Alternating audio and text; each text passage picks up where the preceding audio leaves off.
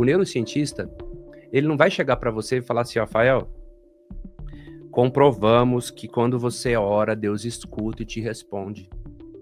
Ele não consegue comprovar Deus, porque Deus é incognoscível, ou seja, é impossível de compreender a sua magnitude. Mas ele consegue comprovar que o cérebro da pessoa que ora é mais saudável do que da pessoa que não ora. Ele consegue ver a melhoria cerebral dos padrões neurais da pessoa que está orando. Então ele fala, a neurociência fala, orar é saudável e cientificamente comprovado. Não existe prova cabal, cientificamente comprovada, que o cérebro produz o pensamento. Todo mundo acha, né? O cérebro que produz o pensamento. As teorias materialistas reducionistas acham que a consciência é um produto do cérebro. Mas existe uma leva de neurocientistas que falam que é o contrário. Não existe cérebro sem consciência. Quando você tem os equipamentos ali que vão mensurar as ondas neurais, como o eletroencefalograma, os equipamentos de neuroimagem, eles vão captar os efeitos no cérebro, nunca o que dá ânima para aquilo. Então, há teorias de que o cérebro é um receptáculo, ele está recebendo frequência, igual um rádio. O rádio, ele não cria música. Ele capta ondas e transforma aquilo em som e você escuta a música, certo? Então esse é um grande debate na neurociência. Será que nós produzimos o nosso pensamento ou nós estamos captando um pensamento de algo maior? Que quando a gente está alinhado, a gente não precisa nem se preocupar sobre o como. A nossa mente superior já cuida disso. Quem é a mente superior? Sou eu, em outra versão. Mais aberta, mais acendida, mais evoluída. E as sincronicidades chegam para mim, que é o que você vai chamar de lei da atração. São sincronicidades. Mas eu preciso atraí-las? Não, quando eu penso em atrair, eu já estou separado. Não, eu só preciso acessar essa parte de mim mesmo. Porque eu sou a única onda. Somos uma única onda. Como que as pessoas hoje em dia podem se dar conta quais são as principais palavras hipnóticas que elas estão à mercê durante todo o dia, assistindo um filme? Quais são as palavras mais hipnotizáveis, vamos dizer assim, que as pessoas podem utilizar para causas nobres ou também para não? Podcast Filhos do Todo no ar. Chegou aqui, gostou do vídeo, gostou do título, gostou do trailer, gostou da capa, do assunto, do nome do convidado? Então, já faz aqui um caminho das pedras. Deixa o teu like logo no começo, verifica se você realmente está inscrito ou inscrita, porque temos uma taxa de não inscritos alta assistindo. Isso é bom, mas vamos mudar um pouco isso? Vamos ter mais inscritos aqui, mais pessoas fidelizando o conteúdo? Então, torne-se um inscrito ou uma inscrita. Lembrando também que é super importante, se esse conteúdo já bateu uma sintonia dentro daquilo que você busca, compartilhar com um número legal de pessoas. Porque assim essas pessoas recebem um conteúdo e também vão conseguir escrever um capítulo a mais ali no livro da vida.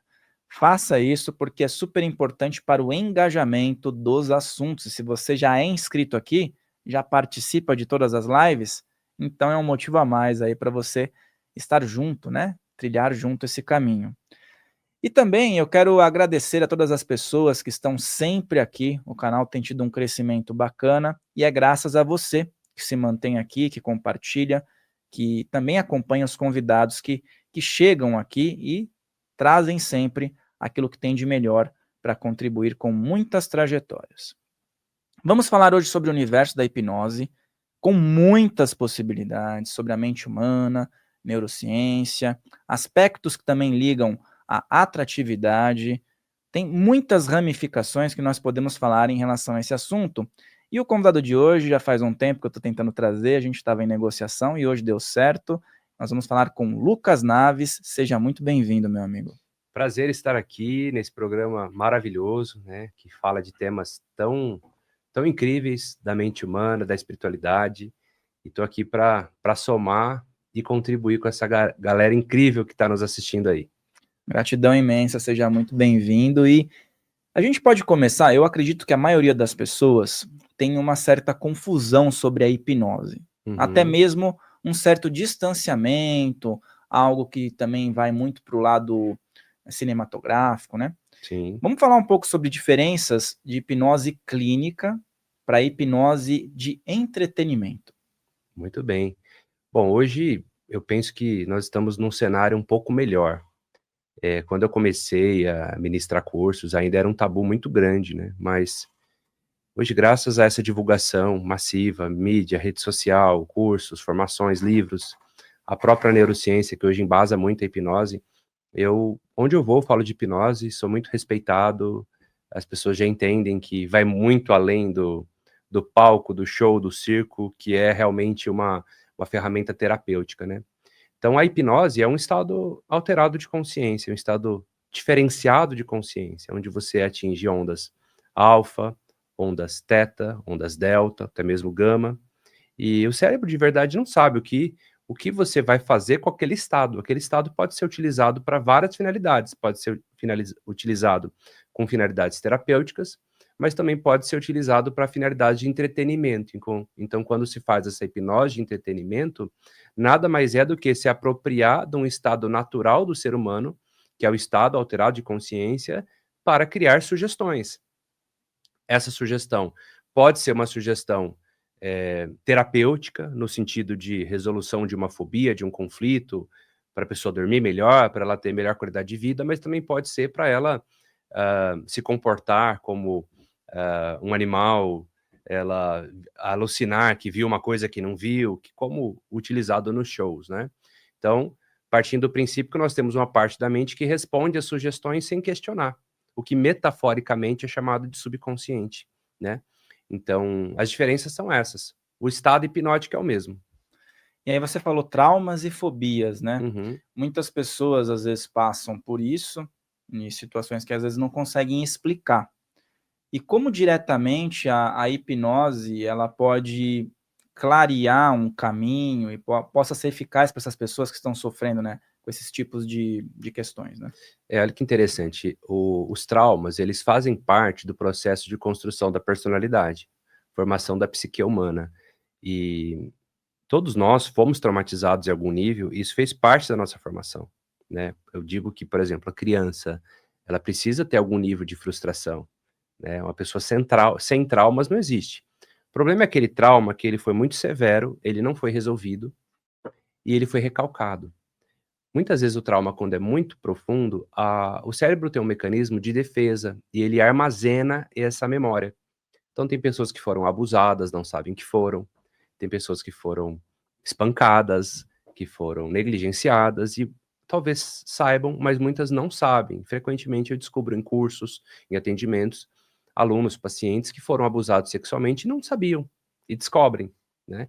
Então, esse mecanismo de recalque faz com que essa memória vai ficar protegida, guardada para sua proteção, mas vai gerar um sintoma lá no córtex pré-frontal. Vou dar um exemplo. A mulher, ela tem medo que toque nela. Ela não gosta que toca nela, ela não fica sozinha com o homem no local fechado. Ela tem dor ao fazer relação sexual. Tem alguma coisa errada, não tem? Ela não nasceu assim. Não que é certeza que ela foi abusada, mas é bem provável, já me acende um sinal. Quando a gente faz uma técnica da hipnose chamada regressão à causa, a gente consegue emergir essa informação, que não vem fácil numa terapia tradicional. Porque numa terapia convencional, tá ali o terapeuta conversando córtex com córtex, sistema reflexivo com sistema reflexivo. Ah, de onde vem o seu problema? Não sei, não lembro. Já a hipnose, ela acessa regiões subcorticais do cérebro, especialmente no sistema mesolímbico, onde está o nosso hipocampo, que é a sede do registro das memórias emocionais, onde estão as amígdalas cerebrais, que é o nosso radar de medo, radar social. Então, a gente consegue fazer emergir memórias, emoções, pulsões que estão lá para o córtex. E a pessoa toma consciência do que ela não tinha consciência. Então, a hipnose é um mecanismo de acesso. E o simples fato da pessoa tomar consciência do que ela não tinha clareza, como diz no livro Arte da Guerra, do Sun Tzu, conhecer o inimigo é metade da guerra ganha. Agora eu sei com o que eu estou lidando. Aí a gente entra com um trabalho de dessensibilização e ressignificação dessa memória traumática. Dessensibilizando, amortizando essa emoção do trauma e redirecionando uma nova escolha. Por isso que é tão eficiente. Aí você vai falar assim, poxa, Lucas, mas tem terapias, tem cursos de alto impacto, né, que também fazem emergir emoções, memórias. Pois é, mas muitas vezes não faz o fechamento disso. O próprio Freud fazia uma hipnoanálise, mas não existia o termo ressignificação. Emergiam muitos materiais inconscientes para diagnóstico. E, às vezes, a pessoa sai até pior do que entrou. Não em todos os casos, mas há um motivo para a memória estar recalcada. Eu falo assim, se for para mexer, sabe, tem que saber fechar. Tá mexendo numa caixa de marimbondo, a gente tem que costurar, fechar isso, tampar isso. Por quê? A memória está recalcada, ela está protegida, embora ela tenha um sintoma. Então, se eu encontro essa memória emocional, mais importante do que encontrá-la é fazer um novo desfecho, é atribuir um novo significado àquela experiência, senão antes era melhor ela ficar recalcada mesmo, certo? Então, dessa maneira, a gente consegue ter um manejo sobre os traumas. E ao tratar os traumas, a pessoa para de responder a eles. E assim ela pode ter uma nova opção comportamental. Olha que interessante, a terapia convencional vai atuar no fim da linha de produção de estudo, que é o comportamento, terapia comportamental. A hipnoterapia atende a pessoa, ela entende o seguinte, como diz Milton Erickson, atender um paciente é como ler o livro do final para o início. Eu sei as últimas páginas, mas eu não sei as primeiras. Então, eu tenho que rastrear de onde vêm essas experiências, onde foi que ele aprendeu essas crenças, para aí sim ter um trabalho causal, que vai na causa e não só no sintoma. E você tocou um ponto que eu acho que muitas pessoas, elas querem, às vezes, mexer no marimbondo ali que você falou, né? Ou na colmeia. Isso. Que é a questão de entender se existe alguma questão que está ali recalcada, como você disse, ela tá vivendo um mecanismo de defesa e ela descobre. Só que o ponto de você jogar esse BO no colo da pessoa, vamos dizer assim, e a pessoa só ser informada, pode dar um problema muito grave. A questão de ressignificar, de ter um enfrentamento, né, É o mais como você falou. importante. Como é que é esse enfrentamento? A pessoa fica diante do problema e precisa enfrentar para que ela possa ressignificar? Importante você falar isso, porque antes de nós abrirmos qualquer pasta do passado, eu faço uma anamnese, eu faço o que a gente chama de pré-talk, que é uma conversa prévia, onde eu vou instruir a pessoa, eu vou ver o nível de engajamento dela com perguntas como, de 0 a 10, o quanto você está disposto a liberar isso, a perdoar isso, a ressignificar isso. Então, eu nem começo se a pessoa não está disposta. Então, ela precisa de ter alguns valores, como humildade, disposição. Para quê? Para poder fazer esse enfrentamento, porque ela vai olhar para a sombra dela, para a dor dela. E aí, quando a gente chegar de frente àquilo, talvez ela vai falar ainda assim, Lucas, eu não consigo perdoar. Só que eu tô ali para ajudar. Eu falo, você não precisa fazer isso sozinho. Eu tô aqui para te ajudar. Repita comigo. Então eu vou narrar, eu vou dar voz àquilo, eu vou dar sugestões combinadas previamente que vão promover tecnicamente essa liberação e essa ressignificação. Lembrando também que eu não venho com a solução pronta, ela é sob medida. Muitas vezes, quando encontramos uma demanda emocional do passado, eu pergunto para o paciente, e agora? Diante do que você está acessando, como que você quer ressignificar isso? Qual que é o aprendizado que você extrai dessa experiência? O que que você aprendeu com isso? Certo? Então, é muito personalizado. Embora a hipnose seja uma técnica, a maneira como a gente vai solucionar cada questão vai depender muito da subjetividade de cada paciente. O Milton Erickson, grande hipnotista e psiquiatra, tinha um termo que ele chamava de tailoring. Tailor vem de alfaiate, alfaiataria, como um blazer interno. Ele serve para mim, mas não serve para outra pessoa. Então a gente vai contrário aos scripts, aos padrões de protocolos prontos. A gente atinge, chega nessas demandas e a gente possibilita um desfecho sob medida para cada caso. E aí você falou sobre casos e casos, né? Existe alguma situação, algum tipo de transtorno psiquiátrico, tá? Ou alguma alteração que aí não é recomendado, por exemplo, uma hipnose de indução? Teria algum, porque as pessoas às vezes elas querem fazer hipnose e de repente tem alguma contraindicação para algum caso específico. Existiria isso? Olha, na literatura, o que tem sobre isso é esquizofrenia, né? Inclusive, é uma das perguntas da anamnese, a gente evita fazer. A não ser que esteja acompanhada, medicada, acompanhada por um médico, e aí, como um trabalho complementar interdisciplinar, você pode ajudar. Não especificamente na esquizofrenia, mas enquanto ser humano, nas questões que a pessoa tem. Por exemplo, um autista. Eu não trato o autismo, mas eu trato as questões do autista, certo? Então, a hipnoterapia ela se coloca muito comedida no local dela, não invadindo as áreas do psicólogo, as áreas do psiquiatra, trabalhando realmente. Nós trabalhamos sobre crenças, sobre imaginações, problemas imaginários e ou emocionais. Tem até uma frase do Richard Bandler, criador da PNL, que ele fala assim, ó, para problemas imaginários, soluções imaginárias. Eu estou atualmente com uma paciente autista. Eu não trabalho o autismo dela, eu trabalho as crenças dela, eu trabalho as imaginações distorcidas que muitas vezes ela cria, eu trabalho os comportamentos dela. Consequentemente, melhora o sintoma do autismo. Mas eu não estou trabalhando a cura do autismo, eu estou trabalhando os processos mentais dela, sociais dela, psicológicos dela, numa outra vertente. Tá? Então, a hipnoterapia ela vai trabalhar muito sobre crenças, hábitos, padrões, escolhas, significados, e todo ser humano tem tudo isso. Então, nessa questão a gente pode atuar.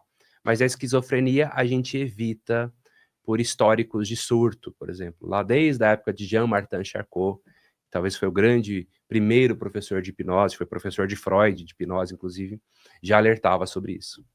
Eu toquei nesse ponto que eu acho super importante, porque às vezes tem pessoas que estão em surto, né?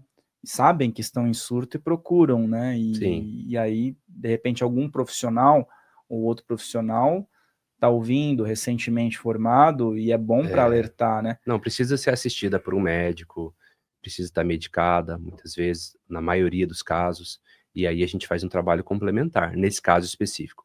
Agora, se é uma pessoa cognitivamente saudável, mas que tem uma crença limitante financeira, ela não nasceu com isso, tem uma fobia de cachorro, não nasceu com isso, sabe?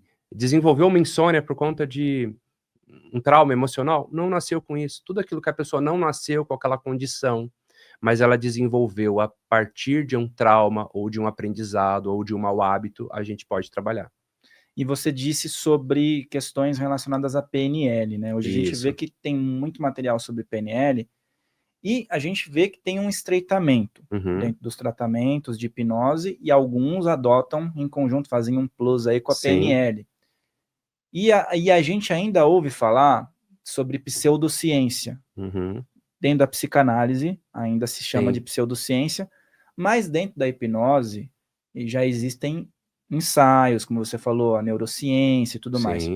Como fica esse plus quando você coloca junto com a PNL, e para as pessoas que são tão céticas e ainda dizem que a hipnose, embora tenha vários experimentos, várias comprovações em vários sentidos, que ainda é uma pseudociência? Não, é uma completa ignorância, né? Porque assim, hoje você tem milhares de citações científicas da hipnose. Hoje a hipnose é reconhecida pelos conselhos de medicina, psicologia, odontologia. Não seria à toa, né? Eu mesmo fiz uma publicação, foi a tese do meu mestrado em neurociências, sobre a durabilidade do tratamento da hipnose para fobias e traumas. É incrível o resultado. Toda vez que se testa a hipnose, comprova os resultados. O próprio eletroencefalograma é uma prova cabal dos estados alterados de consciência. Então hoje não é uma questão de, eu não acredito em hipnose. Não, cara, é ciência. Você pode não gostar, mas o cérebro, a hipnose faz parte do cérebro humano. Tanto que, você vai falar qualquer nome de terapia, tem um criador. Psicanálise, constelação. Quem criou a hipnose? Não tem criador. Por quê? Porque ela é um estado natural do ser humano, um estado naturalista. Então, houveram médicos que decodificaram esse estado e falaram, vamos chamar isso aqui de hipnosis, em homenagem ao deus grego do sono, apesar de não ser sono. Então, a hipnose, ela é científica. Vamos falar da PNL. Muitas técnicas da PNL, porque quando você fala PNL, é uma coisa muito ampla.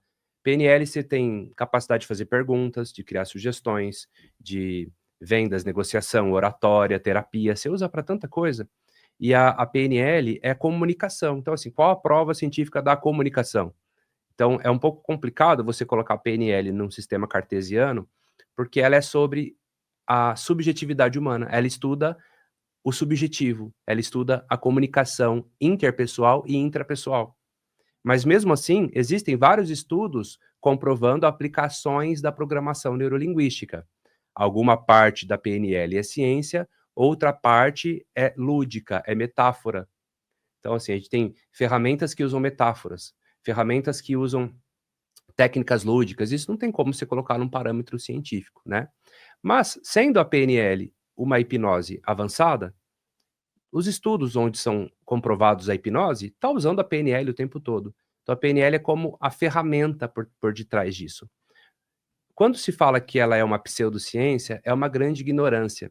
O que é pseudociência? Pseudociência é uma coisa que quer ser ciência, mas não é. A PNL nunca quis ser ciência. Ela se colocou como um estudo das pessoas de sucesso. Estudar as pessoas que têm sucesso, modelar as pessoas que têm sucesso. Recentemente, ocorreram várias publicações sobre PNL, mas ela nunca falou, nós somos ciência, ela nunca teve esse fim, esse intuito, mas sim de ser uma ferramenta de comunicação e que funciona maravilhosamente bem. Grandes oradores, palestrantes, na terapia, muitas vezes quando a hipnose não funcionou, usa a PNL resolve. Né? A PNL nasceu num berço terapêutico, estudando os 3 grandes gênios da terapia dos anos 70, né? Que foi o Dr. Milton Erickson, da hipnose, a Virginia Satir, da terapia familiar, que inclusive deu origem ao pensamento sistêmico, e ao Fritz Perls, da Gestalt terapia.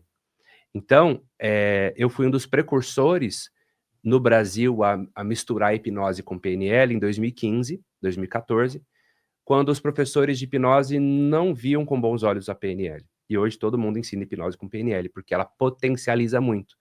Por que ela potencializa muito, Fael? Porque muitas vezes a hipnose não funciona. Tem pessoas que não entram em transe fácil, tem pessoas que não respondem bem à hipnose, tem pessoas que não acessam a regressão.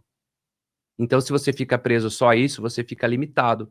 Agora, a PNL traz um arsenal de ferramentas de mudanças de crenças, mudanças de hábito, de pensamento, que eu posso utilizar. Não só quando a hipnose não funciona, mas em paralelo. Então, o que eu costumo fazer? Coloco o meu paciente em transe e aplico a PNL nele. E aí funciona muito bem. Então, assim, é claro, carece ainda de a gente abrir mais estudos para PNL, mas a definição da PNL, sabe qual que é, Fael? PNL é tudo aquilo que funciona. Então, assim, não tem nem como trazer para esse parâmetro, porque se ela é tudo aquilo que funciona, ela é a essência, ela é o estudo daquilo que funciona. Então é um pouco complicado você fazer uma engenharia reversa e falar assim, não, vamos comprovar esse negócio. Não, ela estuda o que funciona. A proposta dela é diferente. Ela não está se colocando à prova, ela está querendo estudar as coisas que funcionam. E ela faz isso muito bem desde os anos 70. E o ponto da pessoa dizer pseudociência, eu acho que pode parecer até ofensivo, mas se a gente for ver, se a ciência às vezes não explica e tem uma pseudociência que está ajudando, no fim das contas não é nem tão ofensivo, assim, ainda bem que tem, né? É um complemento. Cara, e eu como vou você falar disse. uma coisa que muitos podem discordar, mas eu vou falar enquanto neurocientista, tá? Se pseudociência é uma coisa que quer ser ciência, mas não é, por muitos anos eu achei que a psicologia fosse ciência, certo? Enquanto mestre em neurociências, eu não posso afirmar mais isso. Grande parte da psicologia não é ciência, alguma parte é. Por exemplo, análise do comportamento. Mas tem muitas teorias sobre a psique humana, dentro da psicologia, que estão mais para a filosofia da psique humana do que para a ciência cabal. Os psicólogos ficam bravos ouvir isso, porque eles são ensinados a dizer que é ciência, mas eu falo enquanto mestre em neurociências. Alguma coisa é, mas muita coisa não é. Mas a psicologia se coloca como ciência. Então ela seria uma pseudociência também? É um ponto para se É um ponto refletir. para se refletir. E eu quero dizer que está tudo bem, grande parte da psicologia não ser ciência, certo? Nem tudo tem que ser ciência. A própria psicanálise tem o seu viés filosófico, teórico, grande parte ali não é ciência, mas que contribuiu muito, inclusive para teorias da psicologia. Você entendeu? Eu não trato paciente com artigo científico. Eu trato com humanidade, com terapia sob medida, com sugestão. Eu posso me embasar num artigo para escolher o melhor caminho. Então tá tudo bem a psicologia não ser toda ciência, mas é equivocado ela se colocar como uma ciência fechada, pronta, sendo que na verdade não é. Nem a medicina é toda ciência. Existem partes ali que são ciências, partes que não são ciência. Você entende? Então esse debate, geralmente quem acusa de pseudociência são pessoas que nunca publicaram um artigo, são pessoas que não têm familiaridade com a ciência, mas são aqueles que estão ali no Instagram, no Facebook, assim, isso aí é pseudociência. Mas não sabe, se eu falar assim, cite para mim 5 artigos, não sabe.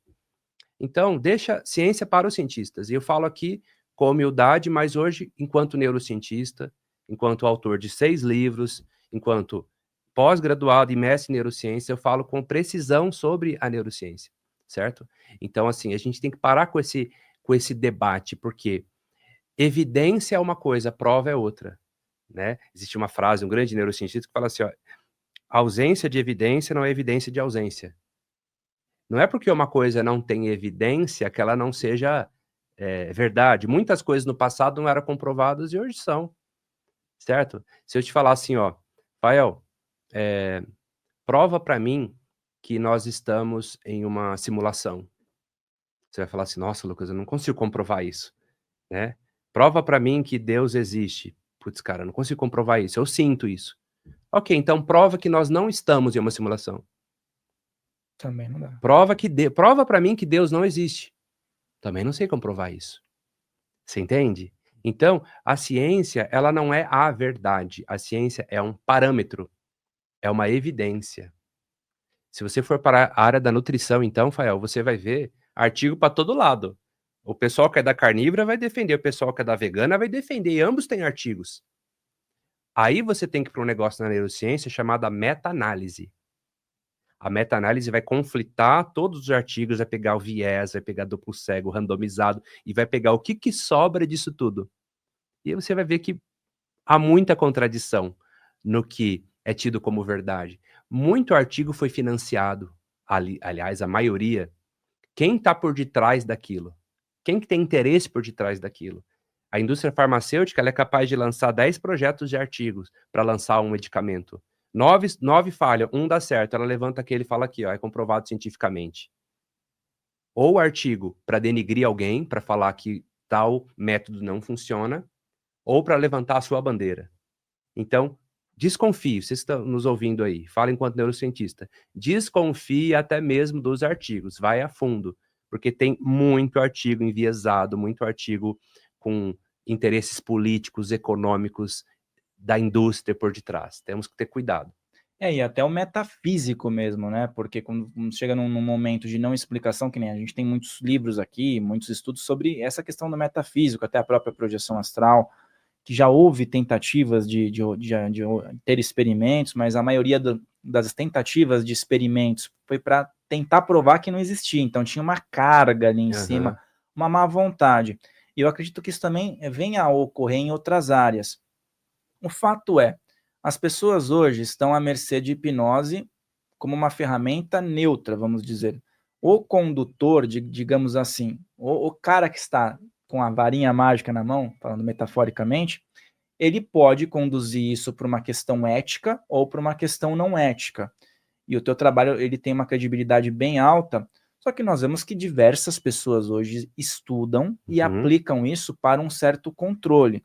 Vou dar um exemplo. Muitas vezes a gente vê até religiões, sem citar nomes, ou então até empreendimentos que estão repletos de gatilhos que a pessoa ela tem sensações.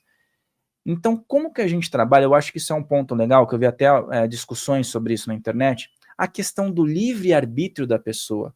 Porque, lógico, a pessoa ela pode ter um trauma, pode ter uma fobia, pode ter um vício, mas até que ponto esse livre-arbítrio ele é preservado na questão do pós, por exemplo? Se não tem um mecanismo que está aprisionando ela a uma situação conivente com o condutor, vamos dizer assim. Exato. Às vezes não é um hipnólogo, é só um cara que estudou para a finalidade dele. Como é que funciona essa questão do livre-arbítrio e essa ética? Olha, primeiramente falando de livre-arbítrio, isso é um debate na neurociência muito grande. Há os que defendem que existe o livre-arbítrio, outros que falam que não existe. A teoria mais aceita é que o livre-arbítrio não é como a gente pensa que funciona. Você não tem total liberdade. Por exemplo, a gente está aqui num podcast, a gente está se divertindo aqui. Se chega uma ligação de que uma pessoa muito querida faleceu, você fica péssimo na hora. Sua energia baixa na hora. Você não teve escolha. Você vai ter escolha depois que você corticaliza. Então nós temos, né, impulsos, né, instintivos que precedem o livre-arbítrio. Então a gente tem livre-arbítrio para algumas coisas, não para tudo, certo? Mas, sobre a sua pergunta, eu entendo que a hipnose, ela está em tudo.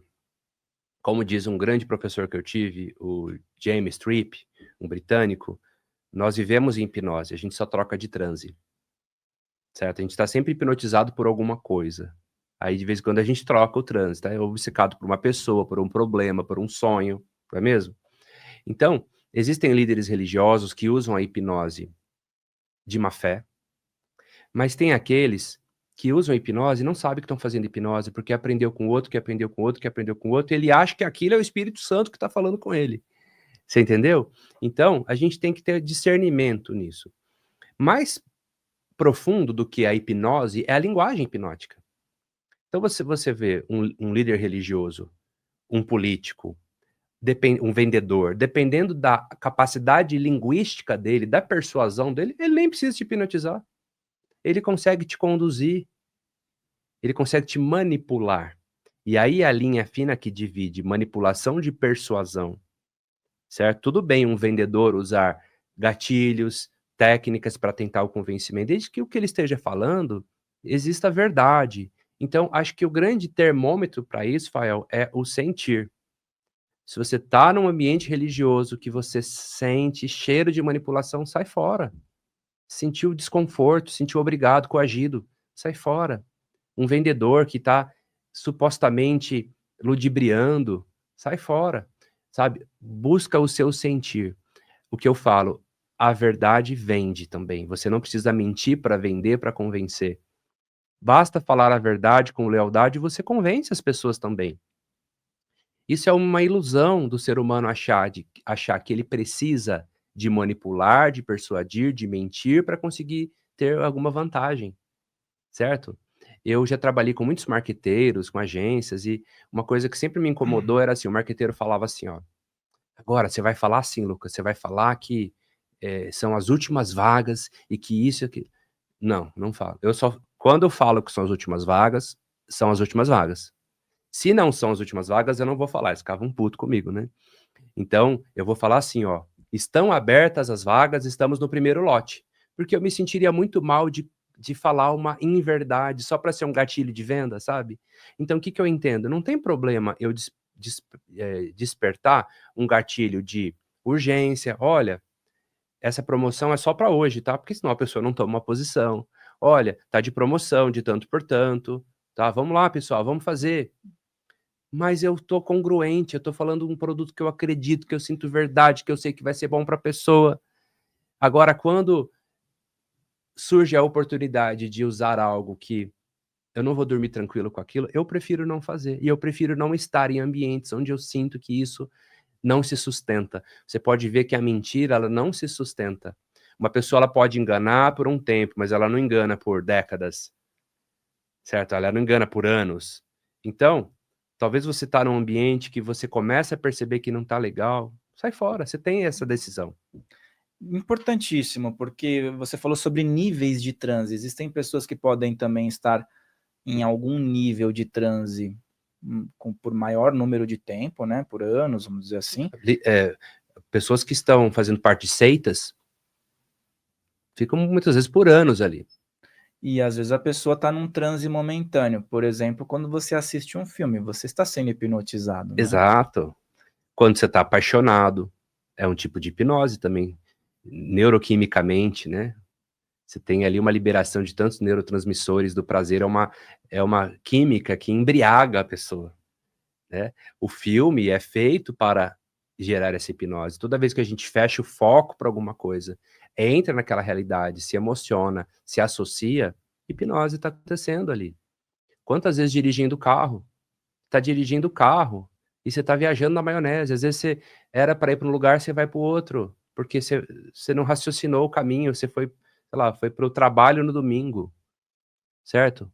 Então, você tá ali dirigindo, sua mente subconsciente tá cuidando de tudo, então tá automático, e você vai se desdobrando em pensamentos e pensamentos, você entra numa hipnose. E a música, então? A música é a hipnose mais profunda, porque quantas pessoas estão cantando autossugestões de universo corno, de depressão, de dores emocionais, não sabe nem o que estão fazendo, e estão cantarolando aquilo, estão se hipnotizando o tempo todo. Às vezes você pega uma música dessa e essa é a pior para tirar da cabeça, né? A que você não curte. Porque o ouvido Não tem filtro. não tem filtro, você capta, vai num mercado. tá com um carro de som na frente, tem aquela música que pra você é péssima, pra outro pode A ser música legal, não né? pede licença, ela invade. Quando surgiu aquela música lá do Nós vai descer, né? Esse negócio tocava na minha rádio o tempo todo. Eu tive que colocar os meus rock na minha cabeça para trocar uma coisa por outra, porque, pelo amor de Deus, né? Ou seja, eu não queria que aquela música tocasse na minha cabeça. Mas passava toda hora na internet, aquilo vai pegando, é aquela coisa chiclete, né? Ou seja, é uma hipnose coletiva. E quanto mais sensual for a música, quanto mais ela mexer com os chakras, né, da sexualidade, da sensualidade, mais vai vender. Quanto mais arquetipicamente ela tiver libido, mais ela vai vender, mais ela vai atingir o povo. E esse ponto é um ponto delicado, mas o que observamos? Justamente isso, essa hipnose através da música, ela é muito... Ela é velada, mas ao mesmo tempo não é velada, né? É, Porque a moça, o rapaz, principalmente os jovens, não que os mais maduros não sejam influenciados, mas a tendência do momento. A música, digamos que da personagem principal da novela, às vezes tem um contexto estranho, só que aí essa música liga a personagem e quem assiste quer usar a mesma roupa, quer usar a exato. mesma pulseira, quer ter o mesmo Dita comportamento. tendências. Exatamente, né? Influencia. É uma grande influência. Então, as pessoas têm que tomar muito cuidado, não só com o que elas assistem, mas com o que elas escutam, com o que elas estão cantando, porque tudo é vibração, tudo é frequência, elas estão se conectando com essas frequências também. A música tem a capacidade de nos elevar e de nos trazer uma tristeza profunda, uma depressão, dependendo do que aquele artista está transmitindo, nas notas, na música. E tem músicas que são animadas, mas a letra tá falando de suicídio, tá falando de coisas pesadíssimas, e você, sabe, aquilo entra de maneira subliminar. Você não teve o crivo para, não, peraí, não, é um ritmo. Você vai entrando naquilo e começa a cantar aquilo, aquilo começa a adentrar no seu universo mental, de repente você está se comportando daquela maneira. E outro dia aconteceu isso, eu estava no mercado, a música é antiga, aquela do Antônio Marcos, aquela Mais um Ano se passou, e começou a tocar, eu falei, gente, a gente tá no mercado aqui, essa música o cara se afunda de um jeito Exato. que ele se enterra praticamente naquela música, né? Exato. Ele fala tudo, assim, um negócio terrível, se a pessoa tá meio deprimida, ela ouve aquilo, ela se afunda. E Exato. tocando, assim, para 100 pessoas, 200 pessoas ao mesmo tempo, né? Exato, exato. Você não tem opção, você A tem que música é fazer um uma grande limpeza gatilho. depois. Eu lembro que domingo à noite, acho que era o Corujão, né? Quando começava aquela era nossa, cara, Melancolia, amanhã né? começa o batidão, acabou o final de semana. Então ela é uma âncora ali que ativa estados emocionais. Ou quando o Silvio Santos fala, bom, infelizmente não temos mais tempo. Ou a música do plantão. Nossa, alguém morreu, já disparava o coração. Já todo mundo para o que tá fazendo, tá lavando louça, larga a louça lá para ir para frente da televisão, né? Você lembra disso? Exato. O legal da hipnose é isso, porque a pessoa começa a estudar hipnose, ela começa a se lembrar desses fatos, ela começa a perceber que a hipnose sempre fez parte da vida dela.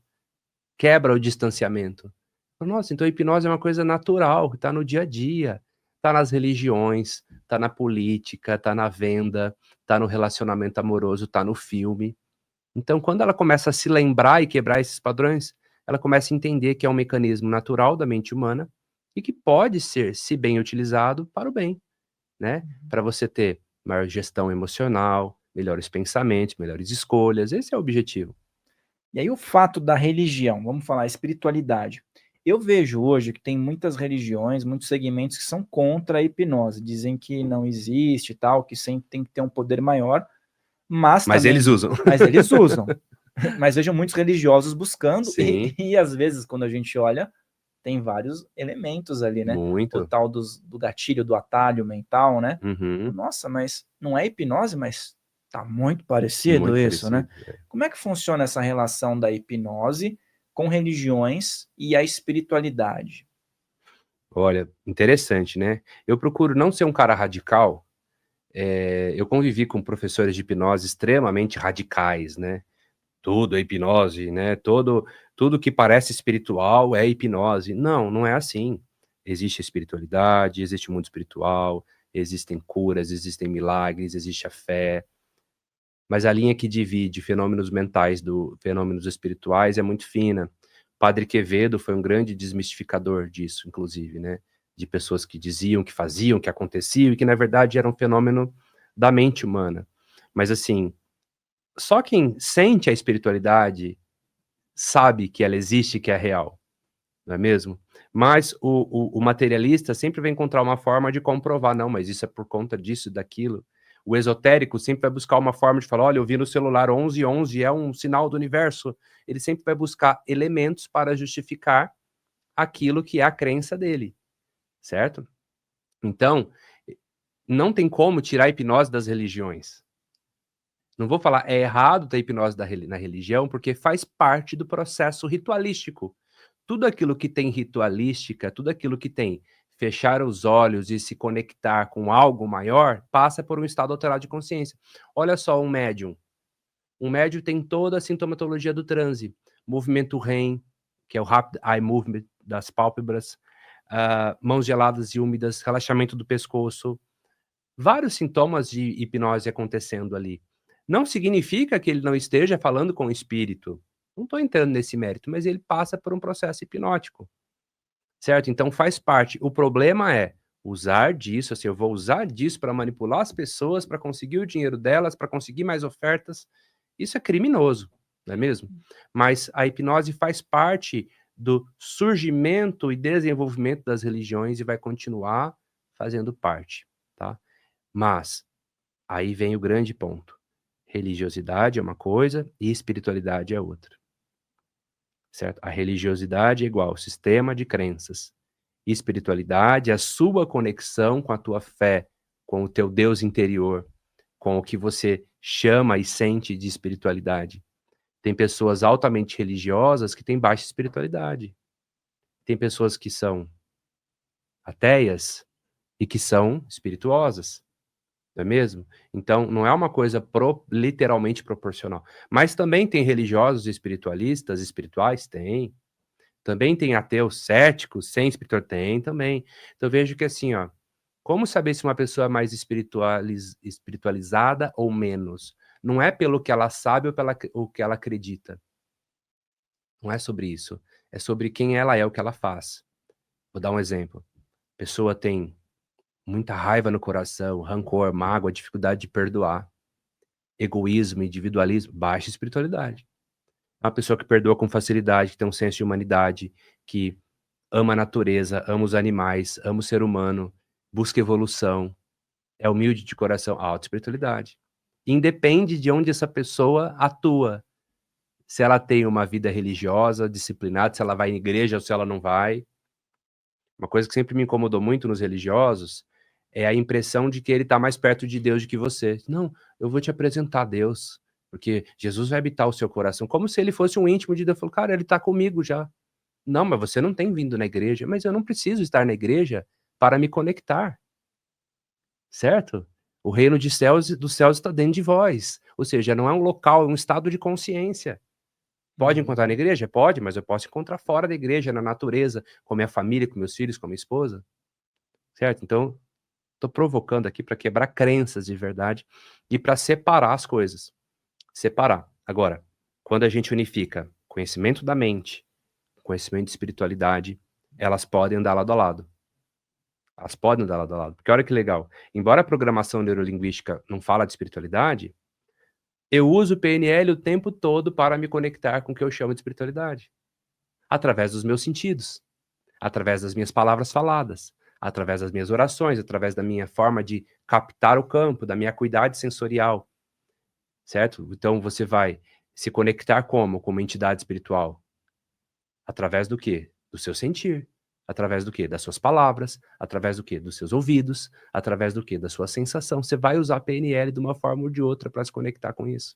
E você falou sobre transe, né? Desde sempre, eu sempre fui médium, então tenho esse lugar de fala também, sensitivo, sempre estive envolvido com esses aspectos voltados mais para a espiritualidade, para o esotérico, né? Sim.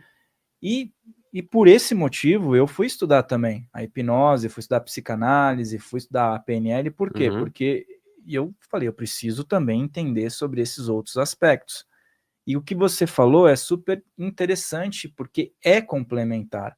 Quando você pega um médium antigo, por exemplo, que nunca viu nada sobre hipnose, Que é chamado sobre de transe mediúnico. transe mediúnico. Ele não explica como ele tem aquele transe, não tem uma explicação, ele não consegue colocar isso de uma forma palpável, aterrar aquilo. Mas, quando você estuda a hipnose, a neurociência, você vê que tem um blend ali. Você consegue ver o que está acontecendo no cérebro dele, o que está ativando, o que não está ativando. Está tudo conectado, né? Para você ter algum tipo de conexão, você precisou do seu cérebro, você precisou da sua mente, do seu corpo, e fenômenos estão acontecendo ali, certo? Você está tendo ativação de glândula pineal, você está tendo redução da vascularização, neurovascularização do córtex pré-frontal, você está ativando o sistema mesolímbico, então várias coisas estão acontecendo no cérebro. Olha que legal, o neurocientista, ele não vai chegar para você e falar assim, Rafael, comprovamos que quando você ora, Deus escuta e te responde. Ele não consegue comprovar Deus, porque Deus é incognoscível, ou seja, é impossível de compreender a sua magnitude. Mas ele consegue comprovar que o cérebro da pessoa que ora é mais saudável do que da pessoa que não ora. Ele consegue ver a melhoria cerebral dos padrões neurais da pessoa que está orando. Então ele fala, a neurociência fala, orar é saudável e cientificamente comprovado. Entende? Então o neurocientista ele vai estudar o fim, não o início, não o meio. Ele vai estudar o que aconteceu no cérebro. É interessante porque não é a pessoa que Deus vai ficar agradado com aquela pessoa, é a pessoa que se melhora, né? As pessoas têm uma questão de tipo, Deus vai gostar se eu orar. Não, porque é o todo, nós estamos falando de um todo, né? Sim. E aí que elas caem nesse problema de... Eu vejo isso até no lance da religião que você falou, que chega a ser um potente gatilho hipnótico da pessoa achar que não vai encontrar Jesus se não estiver sentado naquela fileira recebendo uma palavra de alguém que está ali à frente. É dogma, crença, não é mesmo? Então, a neurociência hoje, ela, por mais que as pessoas acham que a neurociência ela é muito fechada, existe uma série de artigos sobre fé, cura, oração, milagres. Eu tenho um evento chamado Encontro com Naves, que eu trago só artigos sobre espiritualidade.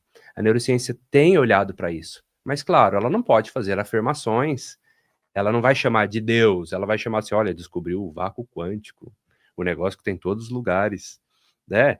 Ela não vai chamar de Deus, ela não vai trazer um aspecto religioso, ela não vai chamar de espírito, ela vai falar psique. Olha só, não existe prova cabal, cientificamente comprovada, que o cérebro produz o pensamento. Todo mundo acha, né? O cérebro que produz o pensamento. As teorias materialistas reducionistas acham que a consciência é um produto do cérebro. Mas existe uma leva de neurocientistas que falam que é o contrário.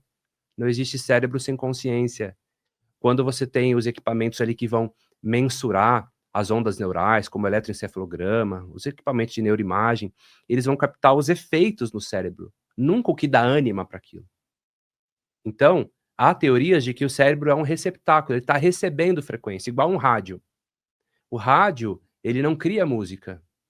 Ele capta ondas e transforma aquilo em som e você escuta a música.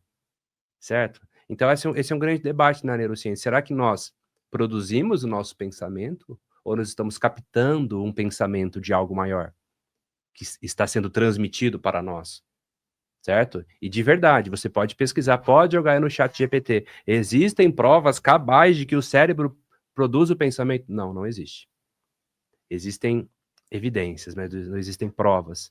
Então aí você tem duas linhas de cientistas, os cientistas mais materialistas e os cientistas mais espiritualistas que estudam a consciência, que é a área que eu estou estudando e me graduando mais. Cada área da neurociência estuda uma parte, estou estudando essa parte da espiritualidade.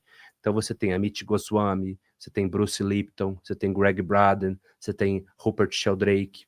No Brasil, Sérgio Felipe de Oliveira, que inclusive eu sou professor convidado das especializações dele também, que é o maior especialista em glândula pineal, acredito que do mundo. Já convidei para vir aqui. Amigo pessoal, posso articular. Que é um grande cientista que estuda glândula pineal. Então, essa ideia de que a neurociência ela é materialista depende. Existem duas vertentes. Existem discussões filosóficas, né?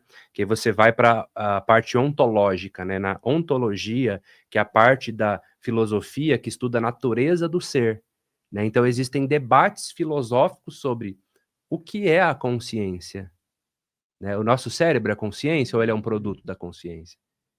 E a neurociência já dá um nome para isso, que é a metacognição, ou metaplasticidade, partindo do princípio que você não é a sua mente, certo? Você não é o seu... Você tem um cérebro, você tem uma mente, que é como se fosse o software desse cérebro, mas você é algo que está acima disso.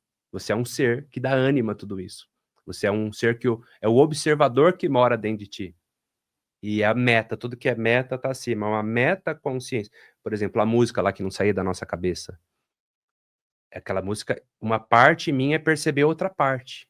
Não foi a minha mente que percebeu a minha mente. Foi algo acima disso. Só que se a gente fala espírito, a neurociência, ela não usa esse termo, que remete à religião. É a metaconsciência, é a metacognição, ou seja, que é o ser que habita dentro de ti. A neurociência, ela comprova o efeito, não a causa. Ela não comprova o que dá ânima, o que dá vida, o que movimenta tudo isso. Ela só mostra o efeito, não a causa. E a causa, entre nós, é a consciência. Para mim, não faz sentido mais estudar a espiritualidade se não for para estudar a consciência, se não for para estudar o campo. Porque só a partir disso, fenômenos que eram tidos como místicos se tornam possíveis. Como é que é possível uma visão remota? Como é que é possível uma viagem astral? Porque existe um campo, existe uma realidade não local, certo? Então você consegue comprovar que a distância é só um parâmetro, mas que no mundo quântico não tem distância, não tem separação. Aí você explica o porquê da telepatia, por exemplo. Aí desmistifica, as coisas só são místicas quando não tem explicação. Quando você traz para o ambiente que realmente explica o funcionamento, desmistificou, então é possível telepatia, é possível premonição, é possível a consciência se desdobrar para além do corpo. E o próprio Allan Kardec, na época que ele começou a codificação do espiritismo, ele era profundamente científico, né? Exatamente. Profundamente racional. E o que dá uma certa credibilidade a mais para esse estudo é essa condição dele, porque ele era totalmente cético. Então, claro, ainda existem pessoas que são totalmente céticas, mas é de se pensar. Se um cara totalmente cético, de repente, conseguiu transpor essa barreira, outras pessoas podem começar também.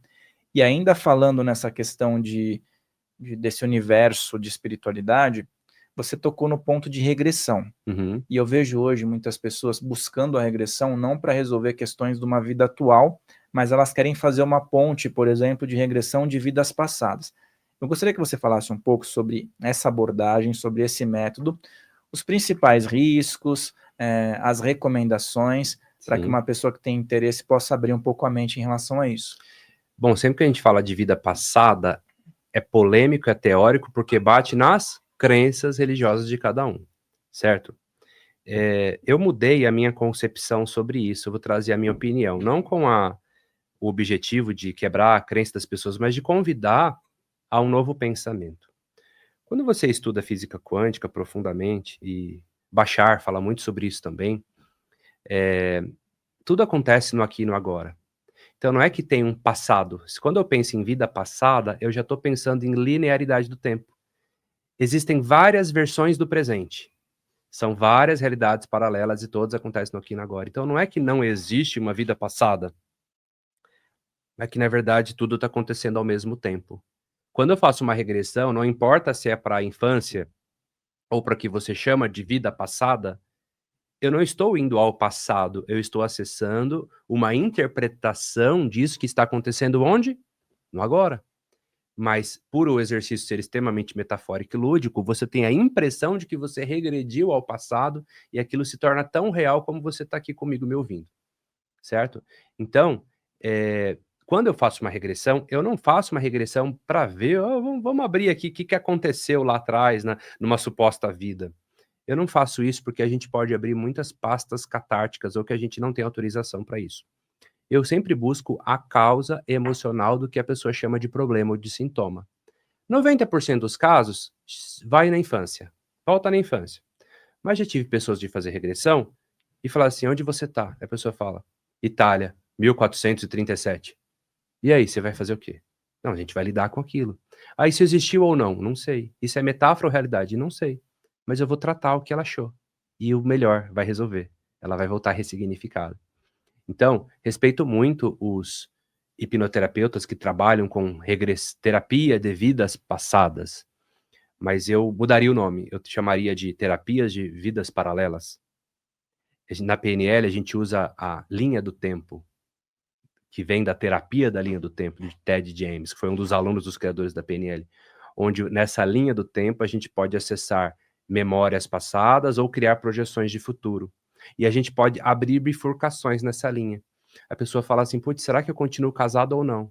Vamos abrir uma ponte ao futuro aqui e vamos avançar no tempo e ver como é que você se sente quando você continua casado com essa pessoa daqui 5 anos. Abre essa realidade paralela, entra nela. Como é que você se sente aqui? Como você tá feliz aqui? Agora volta. Imagina que você largou dela. Projeta aqui para a esquerda. Vai para essa linha aqui, essa realidade paralela. Como é que você se sente aqui? Aí a hora que volta pro presente, ela fala, nossa, eu me senti muito bem aqui do que ali. Ali eu me senti mal, frustrado, aqui eu me senti bem. Ou seja, todas as realidades estão disponíveis aqui no agora e por frequência a gente pode conectar com elas, como se fossem portais. Mas elas acontecem no presente. Aliás, na atemporalidade, porque na física quântica não tem passado, não tem futuro, não tem matéria, não tem distância, não tem nem o outro. É tudo uma única onda que coabita tudo isso. Então são realidades, são frequências, oitavas e oitavas e oitavas frequenciais. Espero ter contribuído para as pessoas mudarem um pouquinho o pensamento. Tudo bem se você quiser continuar usando o termo vida passada, mas eu convido a todos a começar a pensar em vidas paralelas. A apometria, por exemplo, que é uma técnica muito interessante, que começou com o nome hipnometria, trabalha justamente isso. Esses fractais, essas personas suas que estão coabitando realidades paralelas. E você já formou muitos profissionais, né? Uhum. E dentro dessa formação, quando chega nesse ponto, que eu vejo que é bem delicado, pode provocar reações na pessoa, emocionais, né? Quais são os cuidados e a responsabilidade do terapeuta em questão quando ela vai entrar nesse tópico que pode dar um gatilho, por exemplo, de desespero numa pessoa, Sim. e a pessoa, entre aspas, vamos colocar, perder o controle da situação? Como é que você recomenda que as Exato. Por pessoas... isso que, por exemplo, eu ensino um protocolo, uma técnica de regressão que é muito segura. Porque eu já participei de cursos de hipnose onde a crença do curso e do professor, ela era promover catarses. A catarse pode acontecer. No meu caso, eu quero descobrir o que aconteceu, te tirar dali o mais rápido possível e resolver aquilo o mais rápido possível. Porque senão eu corro o risco de te retraumatizar. Imagina, você foi espancado pelo seu pai, eu volto lá e deixo você ser espancado de novo. O cérebro não distingue o que é real do imaginário, você vai retraumatizar. Então, uma vez que eu descubro o que está acontecendo, olha, então justifica por que você tem esse gatilho aqui no presente, por que você tem esse comportamento indesejável, é por conta desse fato, descobriu. E a pessoa começa a acessar aquela emoção, uma das técnicas que eu uso é dissociar ela o mais rápido possível. Eu dissocio ela o mais rápido possível da cena. Ou eu falo com um adulto que está ali sentado na poltrona no consultório. Falo, adulto que está aqui, está me ouvindo? Está vendo que aquela criancinha está passando? Não precisa voltar lá, a gente já encontrou. Você se lembra daquilo? Aí ele, não me lembro. Vamos resolver? Como é que a gente vai resolver isso agora? O que você quer trazer de aprendizado? Aí eu vou dar sugestões. Faz sentido para você o que? Ali perdoar, liberar, agradecer, tem diferença? A gente vai negociar e a gente vai limpar aquela memória. Mas eu tomo muito cuidado justamente para não ter esse retrauma. E eu provo nos meus cursos e técnicas que não é necessário. Catarses podem acontecer, sim, a gente está ali para controlar, a gente tem técnica para isso, mas eu não quero provocar isso. Esse não é o meu objetivo. O meu objetivo é ressignificação. E às vezes a gente vê que existem técnicas que a pessoa chega no máximo daquele constrangimento, daquela frustração, para que a pessoa fique frente a frente e, de repente, até reações físicas, dar soco, né? São derrubar, métodos, né? mas eu entendo que não é necessário. Se jogar no YouTube aí, o pessoal que está assistindo, Lucas Naves Regressão, você vai ver vários atendimentos meus. De maneira muito respeitosa, muito ética, muito segura. A pessoa sim acessa emoções, mas a gente consegue costurar aquilo com muita leveza, com técnicas modernas. Então, assim, a gente está aqui para evoluir a coisa toda. Não é porque Lá no passado, tinha paciente que levantava do Freud e saía correndo, gritando, que a gente tem que fazer a mesma coisa. Ele foi um precursor de muitas coisas e descobriu muitas coisas, mas a gente precisa evoluir o método. A gente precisa melhorar os métodos. Ou seja, porque senão a gente continua criando catarses, abreações desnecessárias. A catarse é um processo de limpeza, mas ela pode ser controlada, ela não precisa ser um desespero, a sensação de perder o controle, da pessoa, sabe, se debater, da pessoa, sabe, perder completamente a linha. Não precisa disso. A terapia pode ser mais elegante.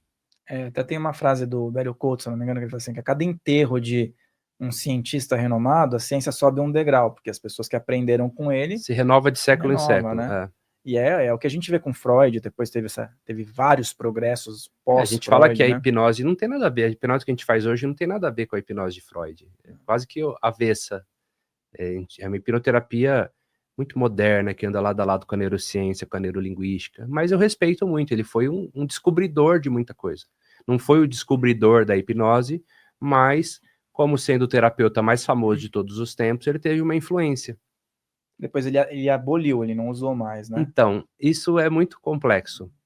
O Freud, ele desenvolveu o próprio método dele. Ele usou hipnose por 10 anos e depois ele criou a associação lírica, que não deixa de ser um tipo de hipnose.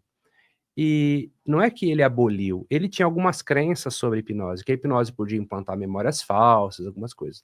Ele estava sendo muito criticado e pressionado pelos colegas por ele usar hipnose. Então ele mudou a roupagem, mudou o nome da coisa. E ele mesmo dizia, nunca fui um bom hipnotizador. Ele dizia numa frase assim, apesar de todos os meus esforços, não consegui hipnotizar sequer alguns dos meus pacientes doentes. Então ele nunca se considerou um grande hipnotista. Ao final da vida dele, ele veio a falar bem da hipnose, em congressos e tudo mais, mas que ele mesmo preferiu uma outra abordagem. O problema não é o Freud, são os seguidores do Freud. Ah, olha só, o Freud abandonou, então... Frequentemente recebo comentários assim, nas minhas campanhas de cursos, né? Nossa, hipnose, mas o Freud já abandonou isso há muito tempo. Isso, sabe, é tão ignorante, porque assim, o Freud receitou cocaína.